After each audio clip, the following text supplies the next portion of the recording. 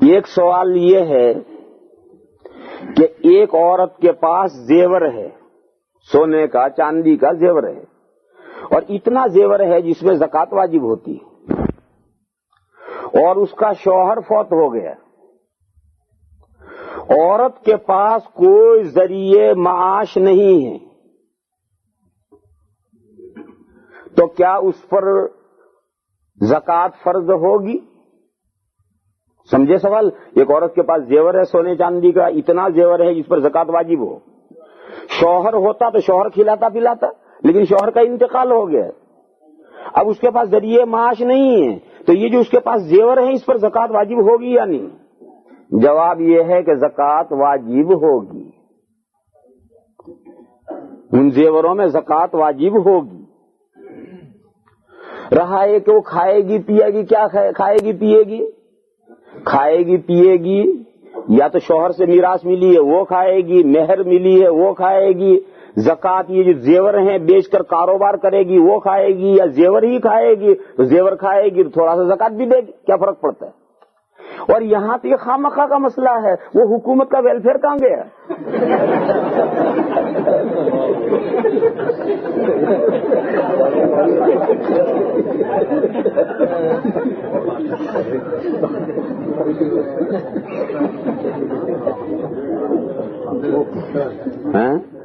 غرض مسئلے کا جواب یہ ہے کہ زکوٰۃ واجب ہے، قصہ ختم۔ دوسرا سوال ہے، اگر بحالت مجبوری عورت کو نوکری کرنی پڑے تاکہ گھر کا گزارا ہو سکے، تو کیا اس بات کی اسلام اجازت دیتا ہے، اور نیز کون سا پیشہ مناسب رہے گا؟ اس سلسلے میں یہ بات جاننی چاہیے کہ یہ یہاں کے احوال کے اعتبار سے تو بیکار سوال ہے کہ گھر کا گزارا ہو سکے، وہی ویلفیئر والا چکر کہاں گیا یہاں؟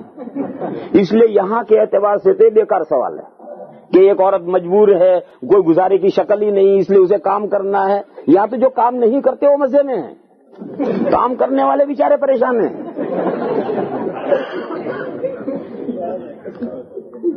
اور یہ سن لو، ہمارے جو فیملی پرابلمز ہیں ان میں آدھے پرابلمز صرف اس لیے پیدا ہوتے ہیں کہ گورنمنٹ عورتوں کو پیسے دیتی ہے،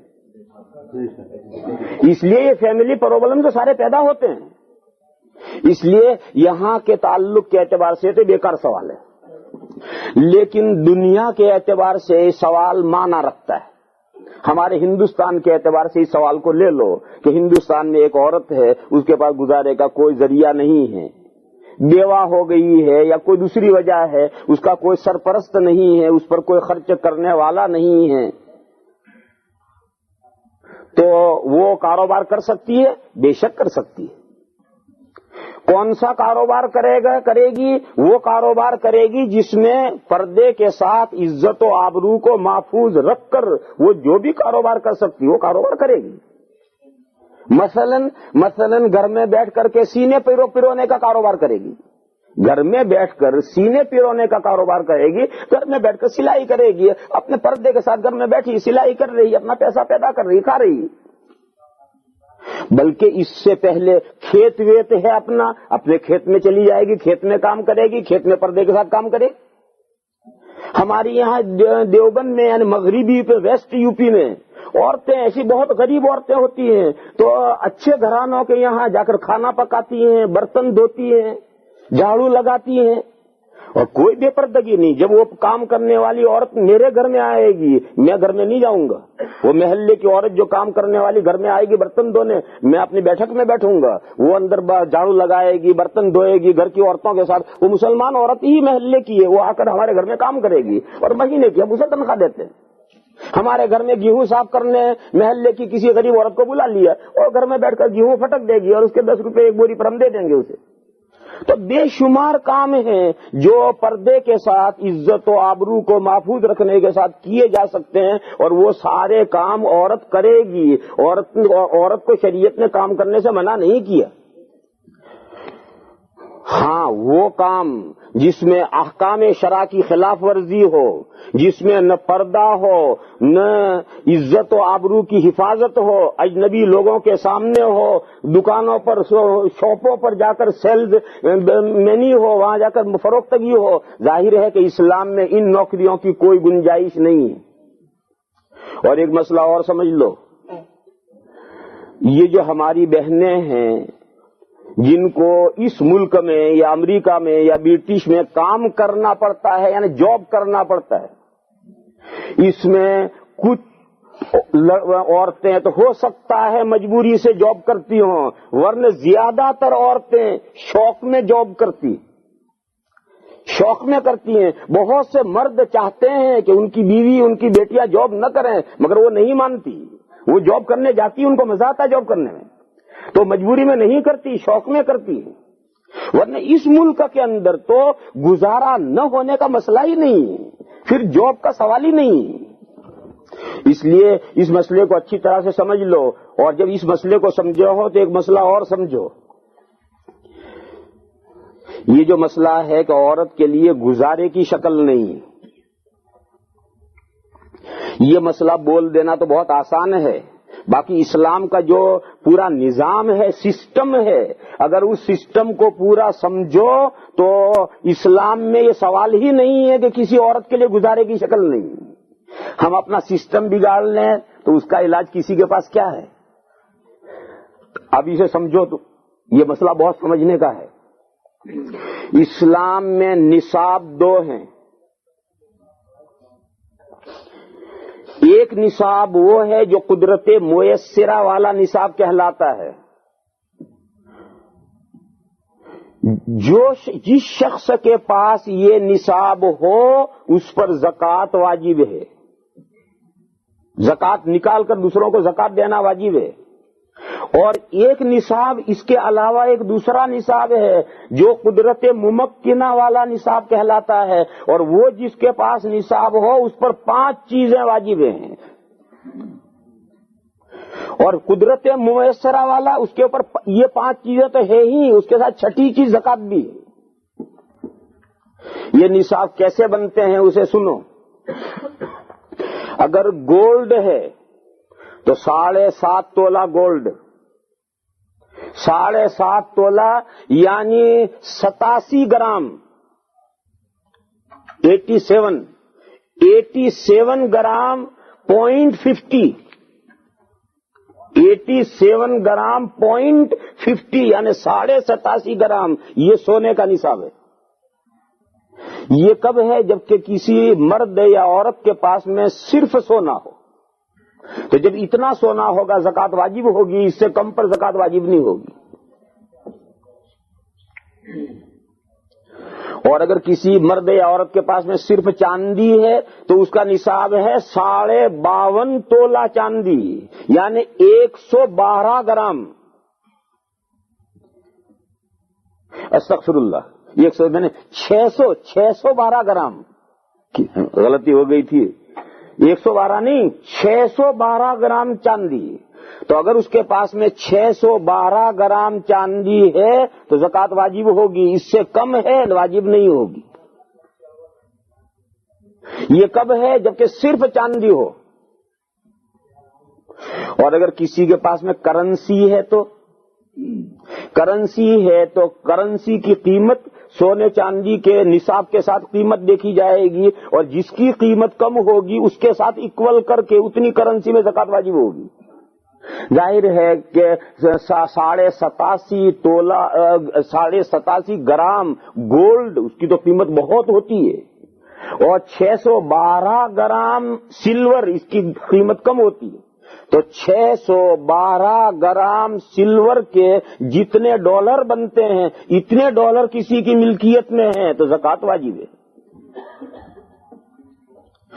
اور اگر کسی کے پاس میں 5 تولے چاندی ہے، کسی کے پاس 5 تولے چاندی ہے، 2 تولے سونا ہے اور 100 ڈالر ہیں، تو ظاہر ہے کہ تنہا گولڈ نصاب نہیں ہو تو 2 تولے ہے، تنہا چاندی نصاب نہیں ہو تو 5 تولے ہے، 10 تولے ہے، 100 ڈالر نصاب نہیں ہے تو اب کیا کریں گے؟ اب تینوں کو رقم بنائیں گے. $100 تو $100 ہے ہی. یہ جو 2 تولے سونا ہے اس کے بھی ڈالر بناؤ، کتنے ڈالر وہ بھی لکھو. یہ جو 5 تولے چاندی اس کے بھی ڈالر بناؤ، کتنے ڈالر. ٹوٹل کیا آیا؟ ٹوٹل آیا $700. اب یہ دیکھو کہ $700 یہ 612 گرام چاندی کی قیمت کے بقدر ہے یا زیادہ ہے یا نہیں؟ زیادہ ہے. زیادہ ہے تو ان سب میں زکوٰۃ واجب ہے. یہ جو 2 تولے سونا، 5 تولے چاندی اور 100 پاؤنڈ یہ سب مل کر کے اکٹھا ہو کر کے اس میں زکوٰۃ نصاب بن گیا. کسی کے پاس میں بزنس گڈس ہے، فروختگی کا سامان ہے، کوئی چیز فروختگی کی ہو. ایک آدمی مٹی بیچتا ہے، ندی میں سے مٹی نکال کر لاتا ہے اور وہ کنسٹرکشن کی مٹی اور بیچتا ہے.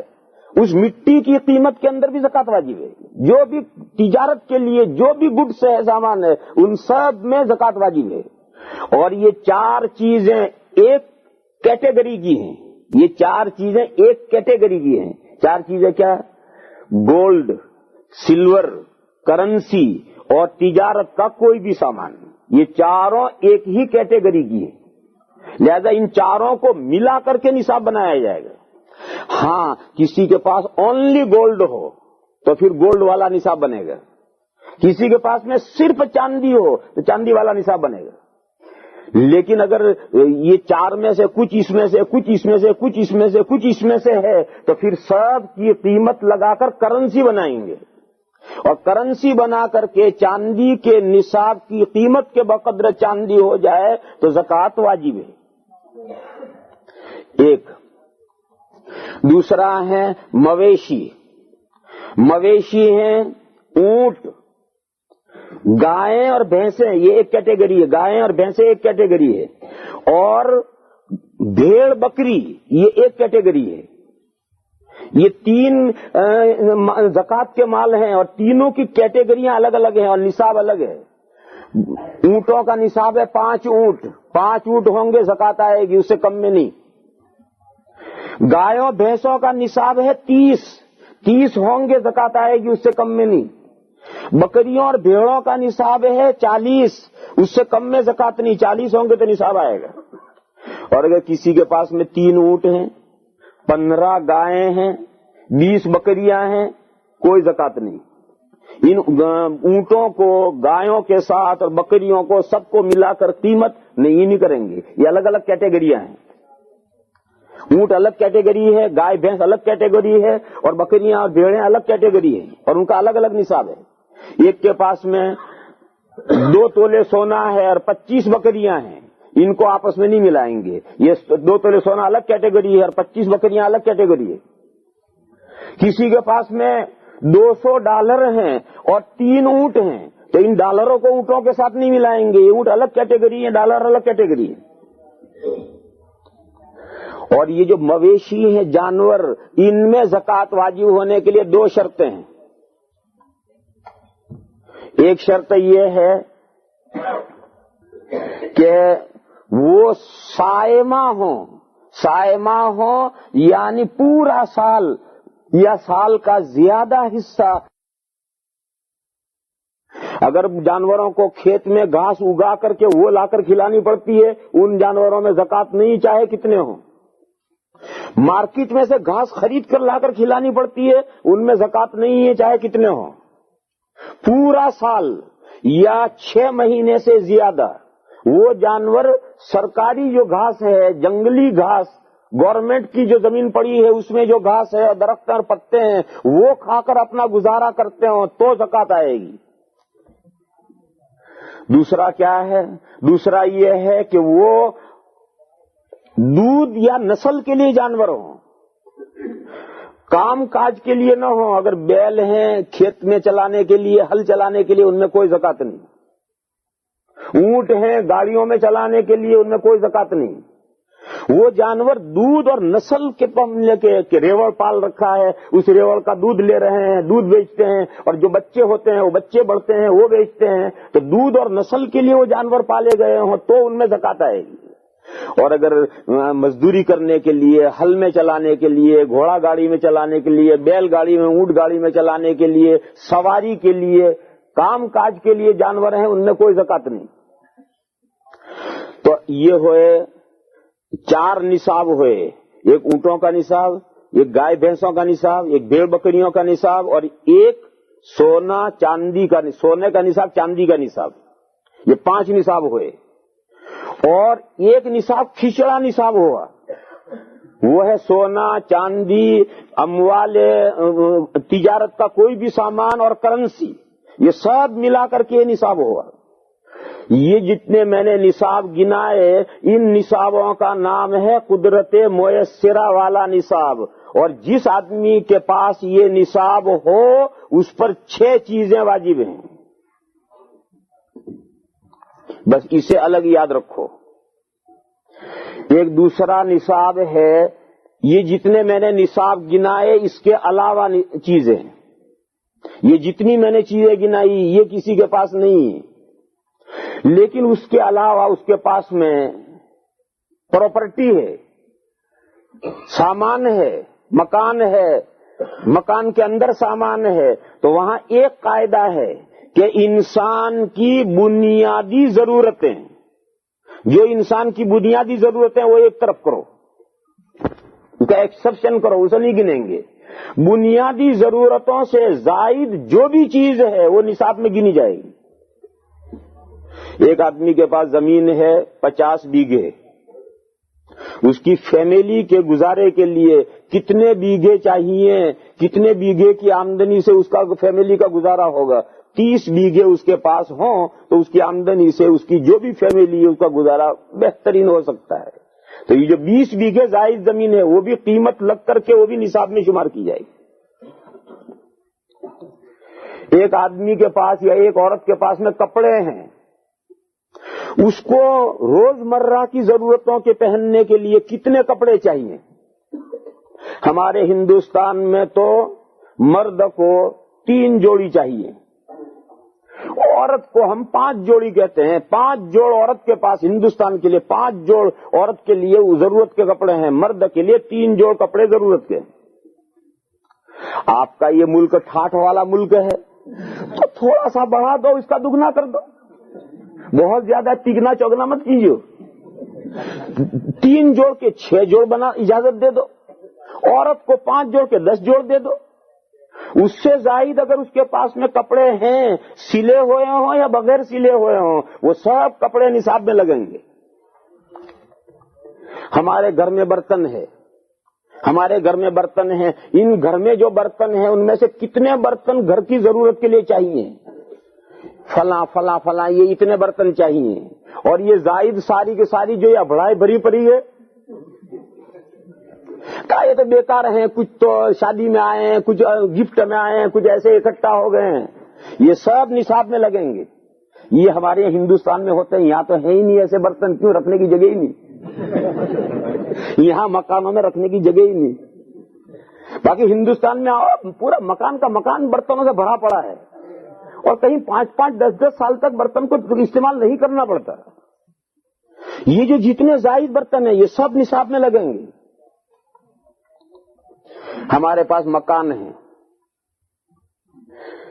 جو آدمی کی ضرورت کے لیے ہیں، وہ الگ کرو.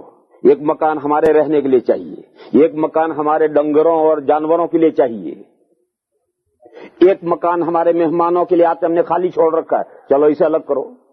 ایک مکان جو ہے ہم نے کرائے پر دے رکھا ہے، یہ کرائے پر دے رکھا ہے، یہ مکان کی قیمت بھی نصاب میں گنی جائے گی. دیکھو کرائے کے مکان میں زکات نہیں ہے، جو کرایہ آئے گا اس میں زکات ہے. کرائے میں جو رقم آئے گی اس میں تو زکات ہے، لیکن کرائے کا جو مکان ہے اس کی قیمت میں زکات نہیں، لیکن اس کی قیمت بھی نصاب میں گنی جائے گی. غرض میں نے یہ مثالیں دی ہیں کہ آدمی کی بنیادی ضرورتیں ایک طرف کرو، اس سے فاضل زائد بچی ہوئی تمام چیزیں قیمت لگا کر کے کاغذ پر ٹوٹل کرو. اگر وہ قیمت کا ٹوٹل 612 گرام چاندی کی قیمت کے بقدر یا زیادہ ہو جائے تو وہ صاحب نصاب ہو گیا. یہ جو نصاب ہے اس کا نام ہے قدرت ممکنہ والا نصاب. جس آدمی کے پاس یہ نصاب ہو اس پر 5 چیزیں واجب ہیں. یہ 5 گنو تو وہ جو پہلے والا نصاب ہے اس پر 6 چیزیں واجب ہیں, تو یہ 5 تو وہاں ہے ہی اور 6ٹھی اور آئے گی.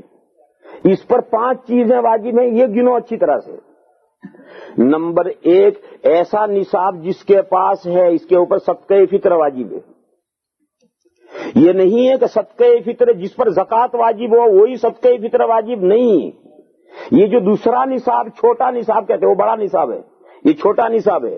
یہ چھوٹا نصاب جس کے پاس ہے اس پر بھی صدقہ فطر دینا واجب ہے. نمبر 2, اس پر قربانی واجب ہے. جس کے پاس یہ چھوٹا نصاب ہے اس پر بھی قربانی واجب ہے. نمبر 3, اس پر حج فرض ہے. اگر اس کے پاس وہ 20 بیگھا اور وہ ایک مکان جو زائد کرائے پر ہے اس کی قیمت لگ کر کے وہ قیمت جو ہے وہ حج کے بقدر ہو جاتی ہے تو حج اس پر فرض ہے. وہ زائد زمین ہے, اگر کہیں پیسہ نہیں زمین بیچو اور حج کو جاؤ, یہ مکان بیچو اور حج کو جاؤ, حج فرض ہے. نہیں بیچنا ہے, قرض لے کے جانا ہو قرض لے کے جاؤ, مت بیچو. باقی جب اتنی مالیت تمہارے پاس زائد ہے تو حج فرض ہے. ہم لوگوں نے یہ سمجھ رکھا ہے کہ ہمارے پاس بیلنس ہو تو حج فرض ہوتا ہے, یہ غلط ہے. ہم لوگوں نے یہ سمجھ رکھا ہے سارے پیسے آئیں گے اڑا دیں گے, سارے پیسے آئیں گے اڑا دیں گے اور کہیں گے ہمارا پیسہ تو کہیں نہ تھی. بھئی تو رکھے تو تیرے پاس کچھ ہو. تو اس مسئلے کو اچھی طرح سے سمجھو کہ حج جو ہے یہ بیلنس پر فرض نہیں ہوتا ہے بلکہ اس کے پاس میں ویلیو ہو اتنا تو ویلیو پر فرض ہوتا ہے. اور یہ ویلیو کی میں نے یہ کہی کہ اگر چھوٹا نصاب میں اتنی چیزیں بڑھتی ہیں کہ وہ 20 بیگھا زمین بیچ کر زائد مکان بیچ کر حج ہو سکتا ہے تو حج فرض ہے.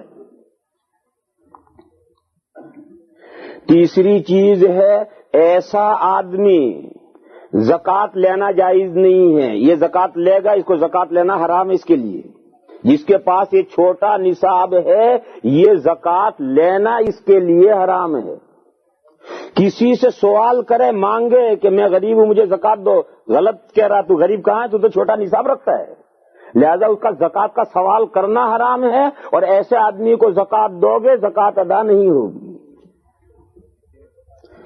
یہاں رک کر کے یہ بات سمجھنی چاہیے کہ ہم نے اپنی زکوٰۃ کے بارے میں ایک آدمی کے بارے میں اندازہ کیا, گیس کیا, اندازہ کیا کہ یہ غریب آدمی ہے اور آپ نے زکوٰۃ دے دی. بعد میں ہمیں پتا چلا کہ نہیں اس کے پاس تو سارا گھر برتنوں سے بھرا پڑا ہے اور وہ گھر برتن بیچیں گے تو چھوٹا نصاب بن جائے گا. یہ بعد میں ہمیں پتا چلا تو وہ جو زکوٰۃ دے دی پہلے وہ ادا ہو گئی, لیکن اب آئندہ اسے دینا جائز نہیں. لیکن جو پہلے دے دی گئی وہ ادا ہو گئی. لیکن جب اس کا حال معلوم ہو گیا کہ اس کے پاس چھوٹا نصاب کے بقدر ہے تو اب آئندہ زکوٰۃ دینا جائز نہیں ہے, اس کو آئندہ زکوٰۃ دو گے زکوٰۃ ادا نہیں ہوگی. ہاں اس پر قرضے ہوں اور یہ جو زائد نصاب بنا ہے وہ قرضوں میں چلا جائے تو پھر دوسرا مسئلہ ہے. تو کتنی چیزیں ہوئی, صدقہ فطر واجب ہے, قربانی واجب ہے, حج فرض ہے اور اس کو زکوٰۃ دینا جائز نہیں ہے, وہ زکوٰۃ کا سوال کرنا اس کے لیے حرام ہے. اور 5واں مسئلہ, یہ جو 5واں مسئلہ ہے اسی کو بتلانے کے لیے میں نے یہ ساری تفصیل کی ہے.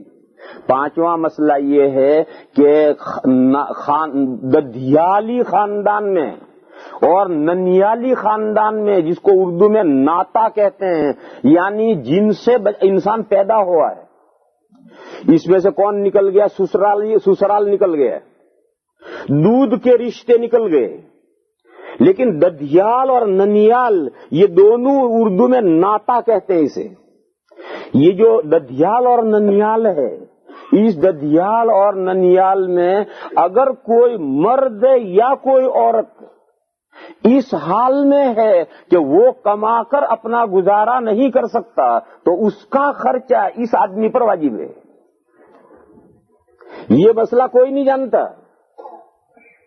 خاندان کے, ادھر کے خاندان کے اور ادھر کے خاندان کے, ہر وہ مرد یا عورت جو اپنا گزارا نہیں کر سکتا, عورت ہے, بیوہ ہو گئی ہے, بوڑھی ہو گئی ہے, اب وہ کما نہیں سکتی ہے, کوئی لڑکا ہے, اندھا ہے, ڈیزیبل ہے, لولا ہے, لنگڑا ہے, اپاہج ہے, نیم پاگل ہے، آدھی عقل ہے، آدھی عقل نہیں ہے، اور وہ اپنا کما کر اپنا گزارا نہیں کر سکتا، تو ددیال یعنی باپ کی طرف کا خاندان اور ننیال ادھر کا خاندان، ان میں سے کون سے رشتہ دار، ان میں سے درجہ بدرجہ جو بھی رشتہ دار اس حال میں ہیں کہ وہ خود کما کر اپنا گزارا نہیں کر سکتے، تو ان کا خرچہ خاندان کے تمام ان لوگوں پر واجب ہے جن کے پاس چھوٹا نصاب ہے، ان پر واجب ہے کہ ان کو خرچ دو، ان کا مینٹیننس کرو۔ لہذا اسلام میں تو یہ سوال کہ ایک عورت مجبور ہے، اس کے پاس گزارے کا کوئی سامان نہیں ہے، یہ اسلام میں سوال ہی نہیں ہے۔ یہ 5 چیزیں واجب ہیں کس پر؟ جس کے پاس چھوٹا نصاب ہے، اور جس کے پاس بڑا نصاب ہے اس پر 6 چیزیں واجب ہیں۔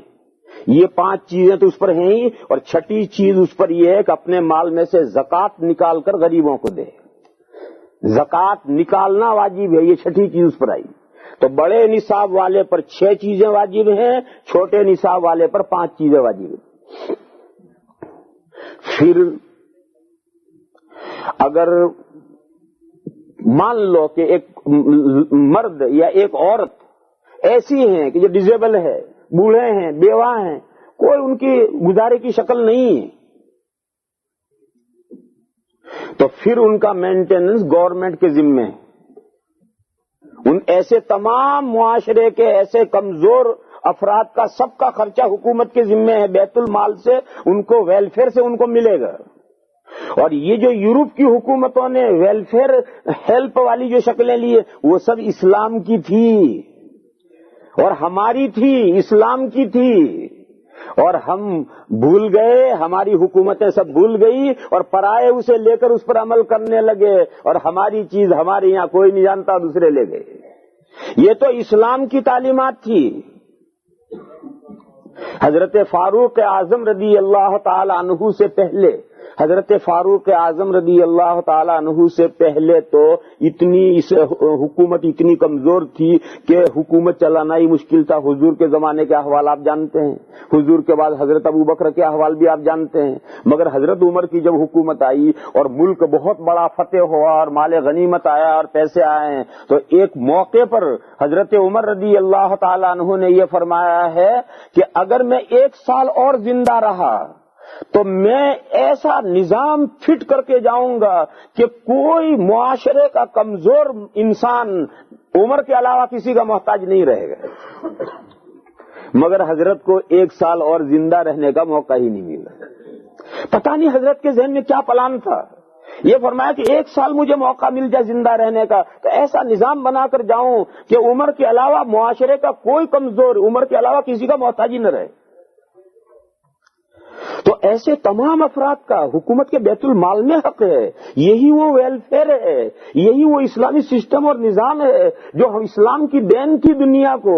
مگر آج پستی کا کوئی حد سے گزر نہ دیکھے کہ جس قوم کی یہ چیز تھی، میرے بھائیوں یہی نہیں ہے، اخلاق کا بھی یہی حال ہو گیا ہے، مورل کا بھی یہی حال ہو گیا ہے کہ جس قوم کے پیغمبر اعظم نے یہ فرمایا تھا کہ بعثت لأتمم مکارم الاخلاق، میں اس لیے دنیا میں آیا ہوں کہ جتنے شاندار اور اعلیٰ اخلاق ہیں وہ انسانوں کو سکھا دوں۔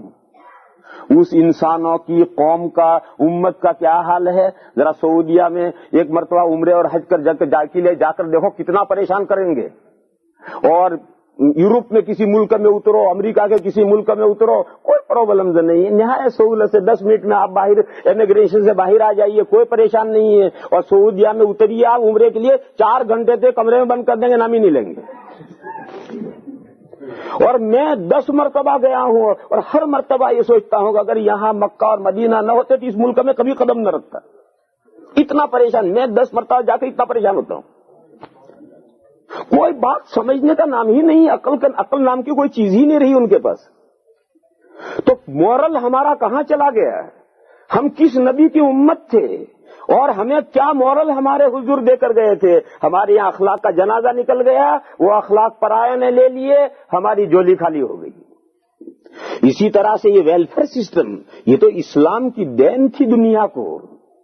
آج دنیا کی کوئی حکومت، مسلمانوں کی کوئی حکومت، کوئی ویلفیئر سسٹم نہیں، کوئی غریبوں کا سہارا کہیں کچھ نہیں، اور دوسروں نے اسے اڑا لیا، اور دوسروں نے طرح طرح سے بغیر کسی مذہب کی تفریق کے انہوں نے سب غریبوں کی امداد کرنی شروع کی۔ تو میں یہ کہہ رہا تھا کہ یہ سوال لفظ آ رہا ہے کہ ایک عورت مجبور ہے، یہ سوال اسلامی معاشرے میں نہیں ہے۔ اسلامی معاشرے میں تو ایسی مجبور عورتوں کا خرچہ معاشرے کے ان مالداروں پر ہے جن کے پاس میں بڑا نصاب ہے یا چھوٹا ہے، ایسا کوئی نہیں ہے تو ویلفیئر بیت المال میں ہے، اور بیت المال بھی نہیں ہے تو پھر یہ زکاتوں کا جو نظام ہے، یہ زکاتوں کا نظام اسے ہی ناداروں کے لیے، غریبوں کے لیے ہے۔ اس لیے میں نے کہا کہ اس ملک میں یہ سوال جو ہے یہ تو کچھ زیادہ اہمیت نہیں رکھتا، مگر دوسری جگہ پر یہ کوئی زیادہ اہمیت نہیں رکھتا۔ ہاں، ہمارا جو بگڑا ہوا نظام ہے، آج ساری دنیا کا ہمارا بگڑا ہوا جو نظام ہے، اس بگڑے ہوئے نظام میں یہ سوال اہمیت رکھتا ہے۔ آج ایسا ہے کہ میرے گھر کے پڑوس میں ایک بیوہ رہتی ہے، اس کے گھر میں کھانا نہیں اور رات کو بھوکی سوتی ہے، اور میں لکھ پتی ہوں، خوب اتنا کھاتا ہوں کہ ڈکارے لیتے رہتے رات میں تھک جاتا ہوں، اور وہ بیچاری بھوکی رہتی ہے۔ یہ ہمارے معاشرے میں یہ صورتحال پائی جا رہی ہے، اس لیے ہمارے بگڑے ہوئے معاشرے میں یہ سوال ہے۔ لہذا اس معاشرے میں جواب یہ ہے کہ عورت احکام شرعیہ کا لحاظ کر کے، پردے کا لحاظ کر کے، عزت و آبرو کا لحاظ کر کے، ہر جائز کاروبار کر کے 4 پیسے کما سکتی ہے اور اپنا گزارا کر سکتی ہے۔ بتاؤں مسئلہ جو آپ لوگوں نے کبھی نہیں سنا ہوگا، یا سنا ہوگا تو ابھی توجہ نہیں کی ہوگی۔ عورت عدت کے زمانے میں گھر سے نہیں نکل سکتی، طلاق کی عدت میں۔ عورت کو طلاق کی عدت، شوہر طلاق بھی عدت کے زمانے میں گھر سے نہیں نکلے گی۔ کیوں؟ عدت کا خرچہ شوہر دے گا۔ لیکن شوہر کا انتقال ہو جائے اور عورت عدت میں ہے اور عورت پر گزارے کا کچھ نہیں، بعد میں تو شوہر غریب ہوتا ہے، میراث کچھ بھی نہیں ملی، جو گھر ہے وہ گھر بھی کسی کا کرائے پر ہے، کھانے پینے کا بھی وہ روز کما کما کر بیچارہ لاتا تھا، اور یہ دونوں میاں بیوی کھاتے تھے، وہ تو اچانک مر گئے۔